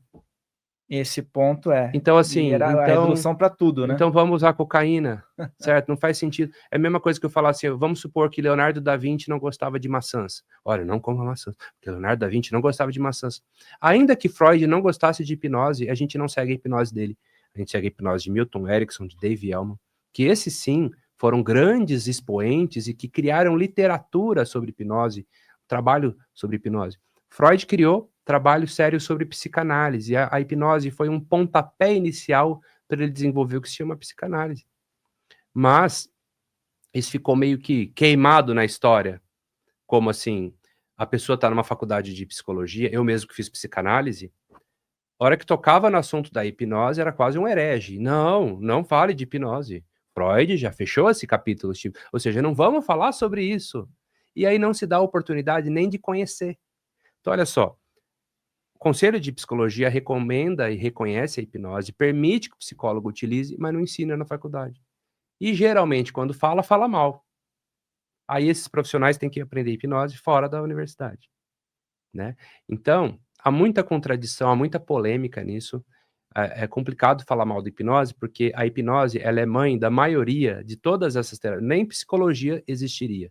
Porque grande parte de técnicas de psicologia usam de estado também parecido, ou similar, ou hipnótico. Certo? A própria associação livre do Freud, a pessoa fica num divã, olhando para o teto, falando livremente, ela entra em transe. Mas ele, vamos mudar o nome. Então hoje tem muita coisa assim, vamos fazer uma meditação guiada? Não é hipnose, tá? É meditação guiada. Vamos fazer um Theta Healing? Não é hipnose, tá em Theta, mas não é hipnose. Olha, a hipnose está em todas essas terapias, todas essas pseudoterapias. Mandou fechar os olhos, relaxar, imaginar, entrou em alfa, teta, delta, então é hipnose. Eu sou um defensor da hipnose. Eu fiz o estudo da psicanálise também, gosto do Jung também, que é algo gosto mais muito do Jung. Abrangente dentro do que eu acredito como linha, né? Mas eu sou um defensor da hipnose. Eu vejo que traz muito resultado e às vezes criar essa barreira, para mim, não tem sentido. Inclusive outros profissionais, como médicos, dentistas, né? Muitos dentistas, né, buscam um aperfeiçoamento nisso, porque as pessoas têm trauma de ir no dentista. Exato. E aí são questões inexplicáveis. Mas você falou do vício, eu lembrei do Freud aí, que no começo ele defendia a todo custo que era a resolução para todos os problemas.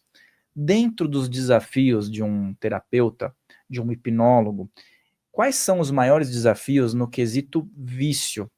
Por exemplo, a pessoa chega com uma situação, um problema, que está acabando com ela. E aí eu vou abrir um leque de opções. Vícios com substâncias químicas, ok, ou vícios que são liberados, como cigarro e bebida, né?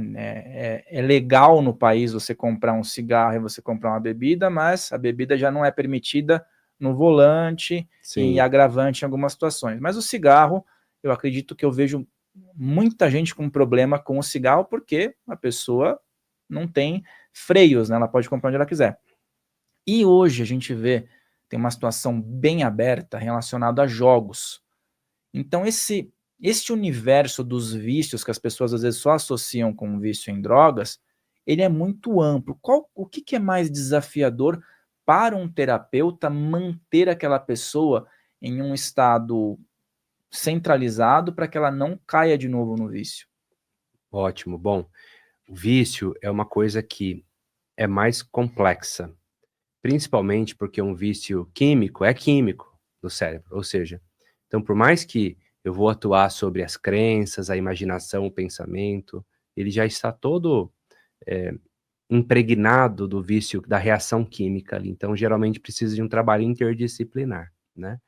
A gente vai atuar justamente com a PNL, então criticada a PNL tem práticas e técnicas que vão atuar no sistema de recompensas. Tem uma técnica que eu uso chamada ressignificação em 6 passos, onde eu não proíbo o ganho que a pessoa está tendo com o vício, eu mudo o comportamento que alimenta ele. Vou dar um exemplo. Eu tinha uma paciente que ela era viciada em fumar maconha. E ela falava que ela não queria fumar maconha, mas ela queria sentir a sensação de paz que a maconha dava. Sentir paz é ruim? Não, é muito bom, mas ela não queria fumar a maconha por conta que ela estava com dificuldade de concentração, de memória, etc e tal, tá bom? Já vem os haters aí falar, defender a maconha, eu não tô falando sobre isso, tô falando sobre o caso dela, tá? O caso dela. Então, ok, sentir paz é legal, sentir tranquilidade é bom. Fumar maconha ela não queria. Então a pergunta é, que outro comportamento pode trazer essa sensação de paz e tranquilidade sem que precise ser por meio da maconha, por exemplo, certo? Então, a gente muda o comportamento mantendo o ganho. A pessoa que fuma, ela não fuma porque o cigarro é gostoso, ela fuma porque ela está buscando um alívio, uma redução da ansiedade. Então, o mecanismo é, que outra maneira eu posso criar para que vai alimentar esse ganho, sem que seja por meio desse? Porque quando eu proíbo o vício, a pessoa procura em outro, sabe? Sabe aquele nutricionista fala assim, ó, acabou doce, você não vai comer mais chocolate, tá proibido, tá bom? A pessoa fica maluca, tá quase mordendo na canela das pessoas, de repente quando ela come, ela tá igual uma draga. Mas se ele consegue de maneira comedida ajustar aquilo, ele não proíbe, ele diminui, ele muda, ele troca um chocolate por uma barrinha de alfarroba, por um damasco, de vez em quando libera um chocolate, vai dessensibilizando aos poucos. A questão dos jogos está um problema social no Brasil, né? Já tratei pessoas com isso e já recusei atender pessoas com isso. Por quê? Eu tive pacientes que assim, olha, eu quero que você me ajude a ter mais controle emocional para eu jogar o jogo do tigrinho. Cara, não vou te ajudar com isso. Eu ajudo pessoas a sair do tigrinho, não a entrar mais no tigrinho, com todo respeito. Então, assim, mexeu com o sistema de recompensa da pessoa. Então, a gente precisa criar uma estratégia ali para tirar isso. O maior desafio, Fael, é o engajamento da pessoa. Lembrando que recaídas fazem parte do processo. Quando eu vou atender um tabagista, ele sai do meu consultório sem fumar. Mas eu sei que daqui a pouquinho ele vai fumar de novo. Ele fuma 30 anos, não é 1 hora de sessão que ele vai... Aí ele volta, aí eu trato de novo, vejo os gatilhos que fizeram ele fumar novamente. Aí ele fica 2, 3 semanas sem fumar, aí ele fuma de novo, aí ele volta, eu faço outro, até que ele fica 6 meses, 1 ano e para de fumar. Então é importante dizer, recaídas fazem parte do processo, não é uma coisa não estalar de dedos. Assim como o vício em pornografia, que tá um problema social também. Tá gigante essa coisa. É uma coisa que eu não tinha procura e hoje eu tenho muita procura. De cada 10 pessoas, 1, 2 problemas com pornografia. ou com jogos, né? Então a gente precisa entender da neurologia, do circuito de recompensas, da dopamina, vício em TikTok, vício em Instagram. O vício só muda de lugar. Onde há um excesso, há uma falta. Sempre está faltando alguma coisa para ter esse excesso. E a gente vai trabalhar na medida do possível. O desafio é a pessoa querer. Eu já tive pacientes que eu perguntei assim, ó, de 0 a 10, o quanto você aceita se livrar desse vício, quanto você está interessado em resolver isso? 6. 6? Minha esposa falou que se eu não parar de fumar, ela vai me largar. E eu vim aqui, né? Ou seja, vai encontrar mais uma maneira de enrolar. Eu falei, ó, eu prefiro não te atender. Vou te atender quando você falar assim, Lucas, eu não tô conseguindo, mas eu quero 10. Eu quero muito, mas eu não tô conseguindo. Você me ajuda? Eu ajudo. Eu não faço as pessoas largarem o vício. Elas que largam o vício. Mas eu sou um instrumento que posso ajudá-las a tomarem consciência do que elas estão fazendo e escolherem outros caminhos. E o ponto do cigarro, muita gente relata que às vezes é o mais difícil, né? Sim. E realmente é mais Sim, desafiador? é terrível. Por conta da nicotina, por conta dos componentes químicos que estão ali, né? Então não é uma coisa fácil de se fazer. Tem algumas coisas que a hipnoterapia trata com muita facilidade. Por exemplo, fobias, controle de ansiedade, medos diversos, crenças, isso é muito rápido, principalmente com a PNL. Vício é o mais desafiador pra gente. É o mais desafiador. Eu trato até gagueira com mais facilidade do que vício. Então não vou falar pra você, não, todo mundo que vem pra mim com vício resolve. Alguns resolvem, outros melhoram, outros não resolvem. Por quê? Porque não depende só de mim. Depende da pessoa. Eu não tô com ela quando ela sai do consultório, quando ela tá no final de semana com os amigos dela. Então, tem que haver um comprometimento muito grande do paciente. Agora, se ele se comprometer com as técnicas certas, a gente progride, com certeza. E o lance que está em alta hoje é essa questão dos bebês reborn. Sim. Existe algo, vamos dizer assim, algo maior envolvendo tudo isso? Uma atmosfera, digamos que coletiva? E se essas pessoas que estão levando tão a sério isso, também estão à mercê de algo que precisa ser avaliado? Exatamente. Eu acho que esse é um assunto que, quanto mais se fala, parece que pior fica. Porque às vezes até quem não sabia o que era bebê reborn, vai buscar saber e talvez vai comprar um bebê reborn e vai tratar o bebê reborn como se fosse o filho, não é? A PNL fala assim, onde vai a atenção, vai a energia. Tudo que a gente fala, cresce. Eu acho que estão dando muita atenção para esse foco, certo? Eu acho assim, ó, a pessoa ela é livre, se ela quiser amar um bebê reborn e tratar como filho, é um problema dela, ela não tá fazendo mal com ninguém, mas se ela for ao médico levar esse bebê, interna, por favor, né? Interna essa pessoa. Mas ela é livre para gostar do bebê dela, reborn, e ela achar que isso é bom para ela, não é mesmo? Imagina o que a IA vai fazer com as pessoas. Daqui a pouco a pessoa vai estar namorando com a IA, tendo um relacionamento com um avatar, daqui a pouco o robô tá dentro da casa dela e vai falar o que ela quer escutar, ela vai se apaixonar por isso também. Então isso só mostra a carência do ser humano, a falta, a incompletude que o ser humano tem e as projeções que ele cria. Uma hora vai ser a bebê reborn, daqui a pouquinho vai ser um robô, daqui a pouquinho vai ser um Tamagotchi, daqui a pouquinho... Cada hora muda a coisa, porque é a carência humana. Isso só está refletindo um espelho da humanidade, da dor da humanidade. Você entende? E quanto mais se mostra isso, mais convida pessoas que estão perdidas a entrarem nessa frequência. Eu acho que o caminho para isso era assim, ó, vamos parar de falar de reborn na internet? Já a gente está falando aqui agora, mas vamos começar a parar de falar nisso? Porque vai perdendo força. Aquilo que parece que é proibido instiga. Nossa, então, estão falando que não pode cuidar do bebê reborn. Ah, agora eu vou pegar uma bebê reborn e vou passar no caixa de prioridade para desafiar as pessoas. Isso acaba instigando. Como muitas vezes o noticiário fala do assaltante, como que ele roubou o carro. Ah, uma técnica nova para roubar o carro. Pronto, ensinou mais um monte de gente a roubar o carro. Sim. Agora eles pegam não sei o que clona o controle e a técnica é diferente agora. Pronto, ensinou mais gente. Então, tudo aquilo que foca cresce. O caminho que eu recomendo é: vamos virar a página. Deixa esses bebês para lá. Deixa esse povo para lá. Certo? As pessoas são livres para buscar o que elas queiram, desde que elas não façam mal para ninguém. Mas aí cabe às autoridades, aos hospitais, se essas pessoas forem lá com o bebê, tem que internar. Se essa pessoa tenta passar com o bebê no reborn, no caixa preferencial, outro dia eu vi um vídeo, a caixa falou, não pode. Ela, não, eu vou chamar a polícia, que é o meu filho. Não pode. Aqui não é só o bebê de verdade mesmo. Isso é preocupante demais. Eu acho assim, firmeza. Ninguém tá nem aí se você ama o seu bebê reborn lá na sua casa, mas assim, não, vamos respeitar as regras, né? Regras sociais. Então, acho que é por aí. E eu não duvido nada que apareça aí algum projeto de lei para colocar isso daí como, não, deixa passar o bebê reborn. Eu não duvido, mas vamos, né? Exato, a militância aí adora esse tipo de pauta, né? Os do contra, né? Mas por quê? Porque deu atenção.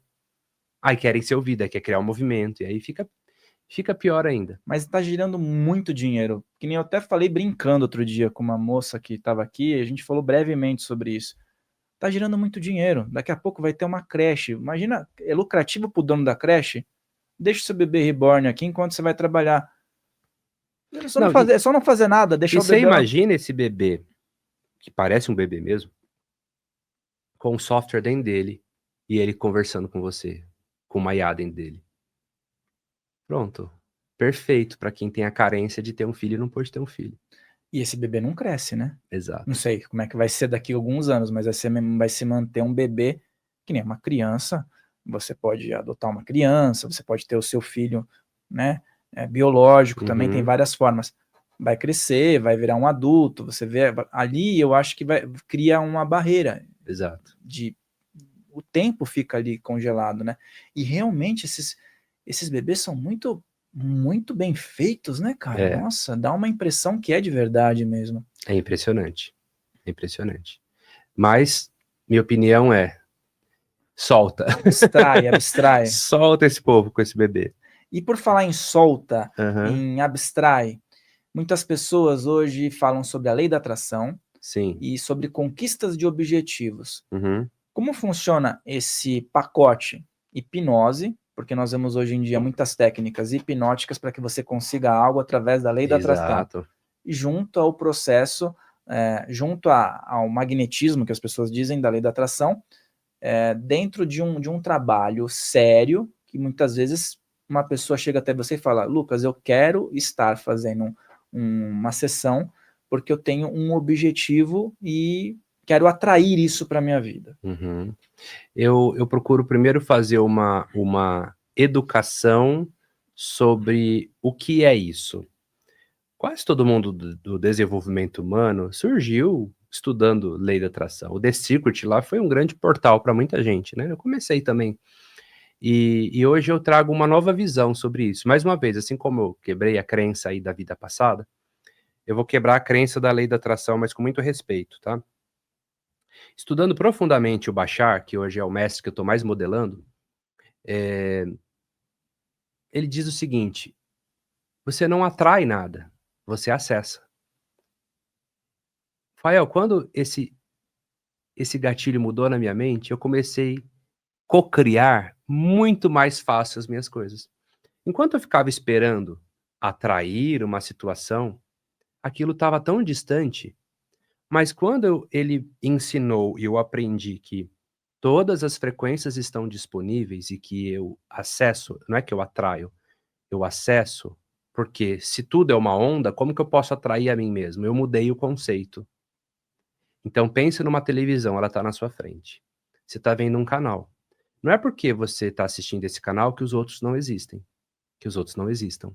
Você pega o controle, você aperta um botão e você muda a frequência e muda o canal. Você não precisou atrair um outro canal. Você só se sintonizou com uma nova frequência. Olha esse nível de entendimento. Então, quando você sopra esse nível de entendimento, quem quiser continuar usando o termo lei da atração, pode usar, a gente entende, tá tudo certo. Mas quando você muda o entendimento no sentido de, vamos pensar em termos de frequência. Todas as frequências estão disponíveis, a realidade que eu quero criar, ela já existe. Eu só preciso enxergá-la. Eu já tenho tudo, só que tem coisas que eu ainda não tenho consciência. Por exemplo, talvez você não tenha consciência que você é abundante. Aí você está esperando atrair abundância. Quando você pede por abundância, você está mostrando que você não tem abundância. Quando você acha que precisa de proteção, você já está desprotegido. Então, quando eu entendo que eu sou o eu tenho tudo. Eu apenas acesso. Eu entro na frequência daquilo que eu quero e colapso aquela realidade. Enxergo aquela realidade. Tomo consciência daquela realidade que eu não tinha percebido. Para o bem ou para o mal. Infinitas possibilidades. Se eu precisar de usar uma técnica de hipnose, de visualização, de meditação para eu acreditar mais nisso, ok. Mas eu não preciso disso. Basta eu escolher. Nós já estamos escolhendo o tempo todo. Bashar fala assim, ó, você não precisa aprender como cocriar a sua realidade. Você já está criando ela o tempo todo. Você só precisa tomar consciência do que você já tem criado. E criar melhor, escolher melhor. Quando você escolhe melhor, você frequencia melhor com aquilo que você deseja e aquilo está disponível. Então, com muito respeito aos amantes da lei da atração, eu entendo que é muito legal a lei da atração funciona, é verdade, mas é como que fosse assim, sabe quando a gente ensina uma coisa para uma criança e a gente usa uma linguagem muito simples? É uma linguagem mais infantil. Esse nível de entendimento que eu estou passando é uma linguagem mais avançada, nem todo mundo vai entender isso. Tem pessoas que vão acreditar que elas precisam de ter amuletos, que elas precisam de fazer rituais, trabalhos espirituais, para aí sim acreditar e materializar uma coisa. Rafael, quando você realmente crê numa coisa, você sabe tanto, você não precisa nem crer, você sabe. Eu tô com esse livro aqui, ó. Se eu soltar ele, eu não preciso acreditar que ele vai cair. Eu sei que ele vai cair. Então, mudar o crer por saber. Como seria, eu tô hipnotizando a galera, como seria se você que está aí nos ouvindo em casa, ou no carro, ou em qualquer lugar, simplesmente decidisse saber que você é protegido, que você é próspero, que você é saudável, que você é abundante. Perceba que a gente está sempre acreditando em alguma coisa. Se a gente fala assim, ah, Lucas, sabe, eu não acredito muito nas coisas, eu falo, você tem certeza disso? Ele é absoluta. Então a questão é onde você está colocando a sua crença, onde você está colocando a sua confiança. Até mesmo quando acredita que não confia, você está confiando em não confiar. Quando fala assim, ó, busque o reino dos céus e tudo mais vos serás acrescentado. Eu estou colocando a confiança no que eu chamo de reino dos céus, que é amor puro. E aí tudo mais é acrescentado. Não é 20, não é 30, não é 50, é tudo mais. Então, o que o Bashar fala? Que quando a gente está alinhado, a gente não precisa nem se preocupar sobre o como. A nossa mente superior já cuida disso. Quem é a mente superior? Sou eu, em outra versão. Mais aberta, mais acendida, mais evoluída. E as sincronicidades chegam para mim, que é o que você vai chamar de lei da atração. São sincronicidades. Mas eu preciso atraí-las? Não, quando eu penso em atrair, eu já estou separado. Não, eu só preciso acessar essa parte de mim mesmo. Porque eu sou a única onda. Somos uma única onda. O que você achou desse entendimento? Eu achei bem interessante e aí me surgiu uma questão, já que você colocou o como aí, algumas palavras, como que as pessoas hoje em dia podem se dar conta quais são as principais palavras hipnóticas que elas estão à mercê durante todo o dia, assistindo um filme? Quais são as palavras mais hipnotizáveis, vamos dizer assim, que as pessoas podem utilizar para causas nobres ou também para não? Das mais poderosas é o eu sou e eu tenho. Só que as pessoas só assim, ah, eu sou fóbico, eu sou TDAH, eu sou depressivo. Você não é isso, você está isso. É diferente, certo? Você é perfeito na sua essência divina, mas você acredita que é. Aí você trouxe para o nível da identidade. Ou, ah, eu tenho uma dor que não sai de mim, eu tenho uma doença, eu tenho um cansaço.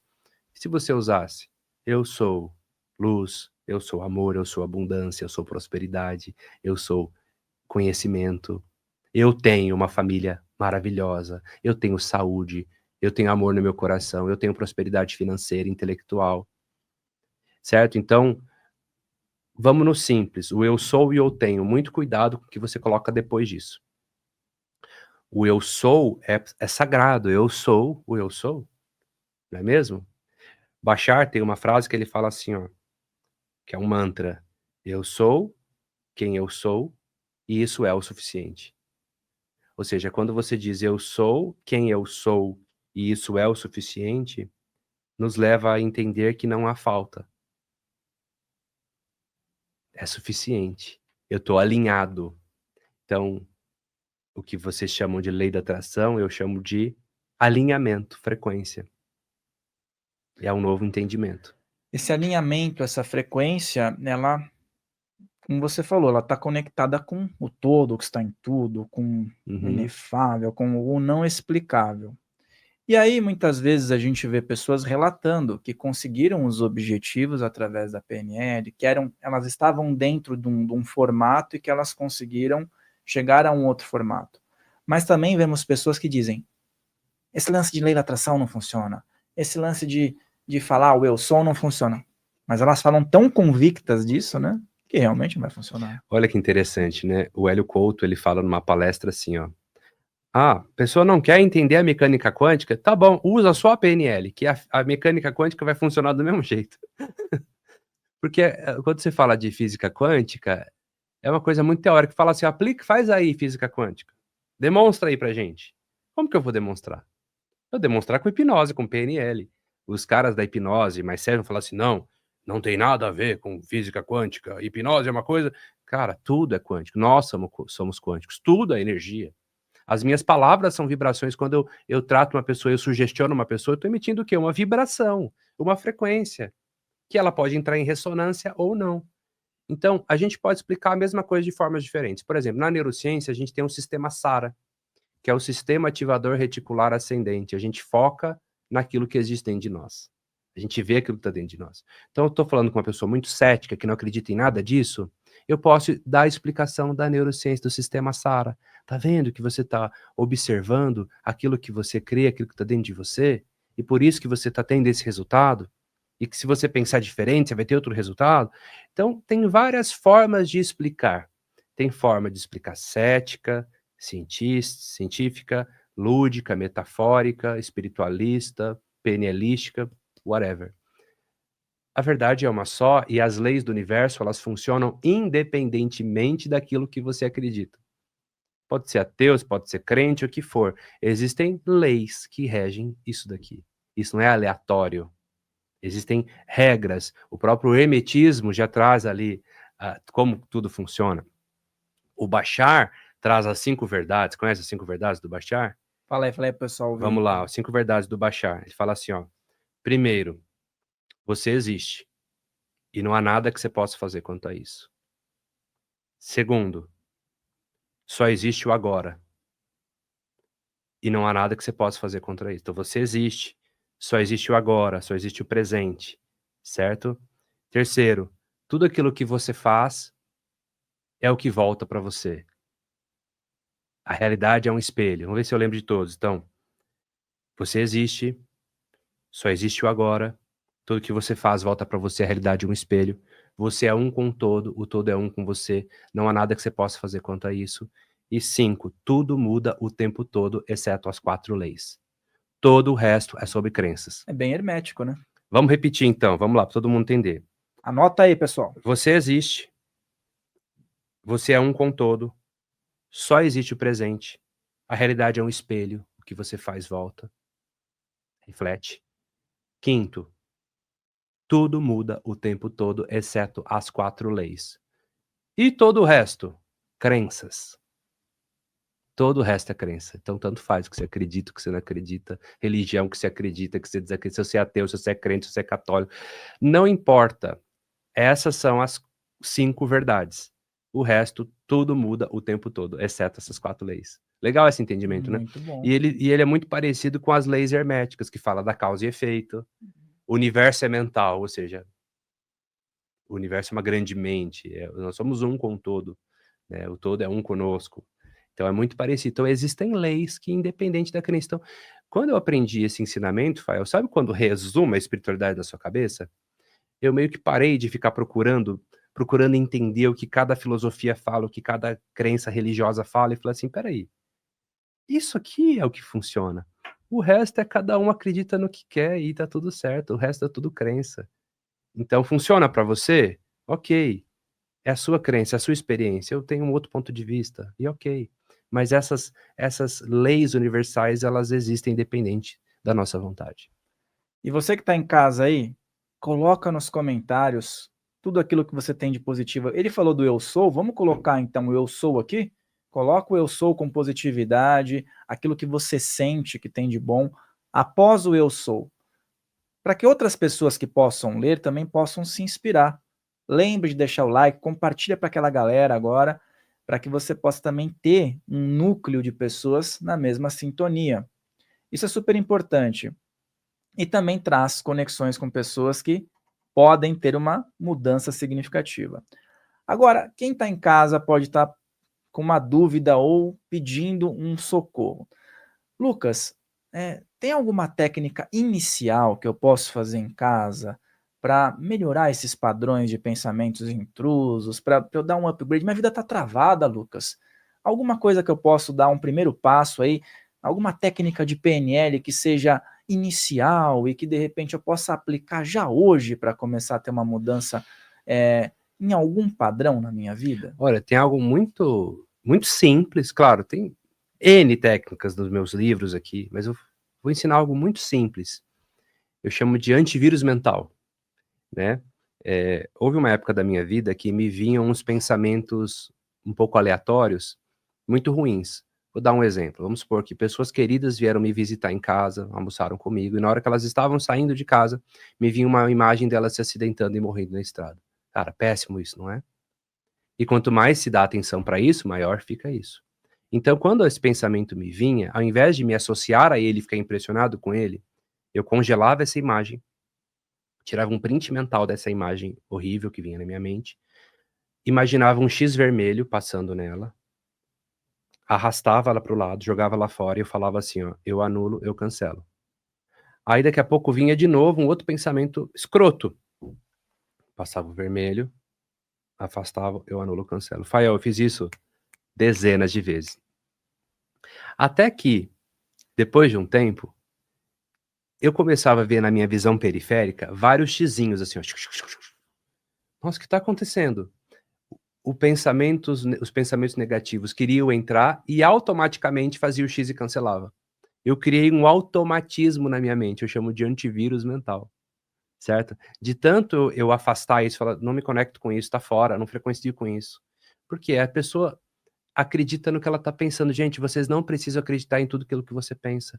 Às vezes você pegou um pensamento de uma entidade, de um pensamento intrusivo, de um noticiário, de um filme de terror. Ai, porque eu tô pensando aqui que vai acontecer uma tragédia, que não sei o quê, que eu vou perder o emprego, que ela vai me abandonar. Não, tá cancelado.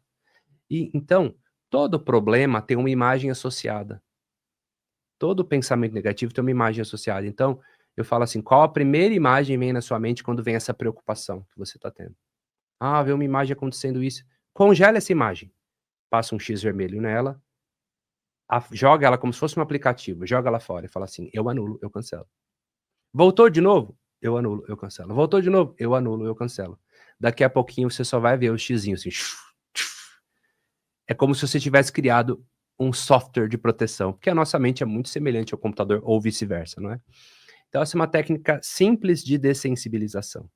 Mas para quem quer conhecer mais e mergulhar na neurociência, na neurolinguística, na hipnose, temos técnicas bem mais avançadas para não só cancelar coisas que nós não queremos, mas para que a gente possa atrair ou acessar ou se associar àquilo que você quer se conectar. Esse ponto me fez lembrar de numa parte da minha história. Teve uma época da minha vida que eu estava na parte artística, né? Produção cultural, formação de ator também, produtor. E às vezes rolavam uns testes nessas agências. No começo, eu era bem jovem, né? Eu ia fazer o teste, será que eu vou passar? Pegava o texto, ficava aquela tensão para ganhar um cachê e tal. Aí não passava. Daí chegou uma parte da minha vida, eu comecei a me envolver com outras atividades e ainda assim apareciam alguns testes. Mas eu falava, eu nem queria estar lá, sabe? Eu nem, vamos ver o que dá, vamos acabar logo com isso, tchau, nem quero saber. Aí ia lá, fazia de qualquer jeito, começava a pegar todos os testes. Às vezes pegava um cachê, às vezes fiz um comercial uma vez da Copa do Mundo, que era para o Brasil numa época jogar com a Inglaterra, e eu fiz um inglês por causa do meu layout aqui. Uhum. Se parece com o inglês, faz um sotaque lá. Só que o Brasil nem chegou a jogar com a Inglaterra, porque foi desclassificado antes. Ganhei o cachê, nem foi ao ar o episódio, começou a aparecer. Hoje em dia não tem mais condição de fazer isso pela minha atividade. Isso aqui realmente eu faço porque eu gosto e tem aí os frutos. Mas é isso, é meio que você cobrar excessivamente um resultado também trava a Trava. pessoa, né? Ou quando você tem medo, né? O medo é magnético também. Então, quando a gente era pequeno e fazia uma arte e morria de medo da mãe descobrir, a mãe descobria. Então, quando se desconectar de uma coisa, desconecta. Nessas leis do universo, algumas coisas parecem funcionar ao contrário do que a gente acha que é, do que a sociedade pensa que é. Aquilo que você se apega demais, você acaba perdendo. Aquilo que você solta, você tem. Não é? Ao contrário. Aquele rapaz queria namorar com a garota, ficou insistindo, insistindo, ela nada. Uma hora ele desencanou dela, ele falou, eu vou mudar de trabalho, eu vou para outra cidade. Aí ela quis namorar com ele, sabe? Então, essa é a essência do soltar, quando você solta, quando você não quer pertencer, eu quero participar, eu quero pertencer nessa tribo, a tribo não quer você ali. Aí quando você desencana, você encontra a sua tribo, a sua galera. Então é por fluxo, é por ressonância, não é por apego, não é por medo, não é por dor. E você falou do seu livro, vamos aproveitar para falar dos seus livros, né? Vamos, eu trouxe 2 para você aqui. Tenho 6 livros publicados, né? Trouxe 2 de presente para você aqui, que é o Auto-Hipnose Terapêutica e o Programação Neurolinguística na Prática, o Manual da Mente. O Auto-Hipnose é para quem quer aplicar técnicas de maneira autônoma, pessoas comuns que queiram aprender técnicas de autoaplicação, e PNL é o santo graal da mente, é você conhecer como funcionam suas crenças, suas emoções, sua comunicação, tudo isso. Bom, muito obrigado. Deixa eu mostrar para o pessoal aqui, ó. Esse daqui é o Programação Neurolinguística na Prática, muito bacana. Vou ler com certeza. E esse Auto-Hipnose Terapêutica, 2 livros do Lucas Naves. E esses livros estão disponíveis para aquisição em Sim. alguma plataforma, No algum meu site? site, tanto meus cursos online quanto presenciais e os livros, no www.lucasnaves.com.br. Lá tem tudo, inclusive tem uma aba chamada Livraria, onde estão lá meus 6 livros publicados. E cursos, eu vi que você está com uma pulseirinha aí, você tem alguns Sim. cursos aí que emplacam, então? Sim. O nosso curso de hipnose é o curso mais vendido já há mais de 10 anos na Hotmart. Segundo a nossa gerente de contas da Hotmart, é o curso mais vendido do mundo, porque não há nada que se comprove. As pessoas acham que hipnose é popular lá fora, não é, né? Eu fui o primeiro professor a ter um curso online de hipnose no Brasil desde 2015, e a gente lidera esse mercado de vendas e de avaliação. É o curso mais bem avaliado e mais vendido da Hotmart, tá? Então, é um motivo de muito orgulho, né? Porque eu lembro que quando eu fui trabalhar com hipnose, pessoas falavam assim, poxa, mas você vai trabalhar um negócio que nem existe, cara? Então, é muito orgulhoso isso. Eu fico muito feliz de, assim, poder conseguir levar essa mensagem. A gente tem aluno espalhado por todo mundo. Meu curso está traduzido para inglês, para espanhol, e ele roda no mundo todo. Então tem alunos em vários países. Então é um motivo de muito orgulho ter contribuído para o avanço da hipnose, né? Escrevi livros sobre isso, escrevi teorias sobre isso, pude avançar um pouco mais para as próximas gerações pegarem esse bastão e levar adiante também. E esse curso está aberto para quem quiser fazer a qualquer momento, eles são em datas específicas? Os presenciais são em datas específicas, né? Lá no meu site tem a minha agenda, que tem as datas, e os online estão disponíveis. Lá no site também você pode ir lá na aba Cursos Online, só clicar e começar. Eu vou deixar aqui na descrição essas opções para você que quer estudar já com o Lucas, quer fazer parte desse universo, vou deixar na descrição, junto com as outras informações dele. Instagram, tem o canal no YouTube com conteúdos muito bacanas também, né? Falar de seu canal. Sim, no YouTube é o Lucas Naves Hipnose, no Instagram, @LucasNavesOficial. Todo dia tem conteúdo novo, gratuito também, sempre falando sobre a mente humana e algo relacionado a isso.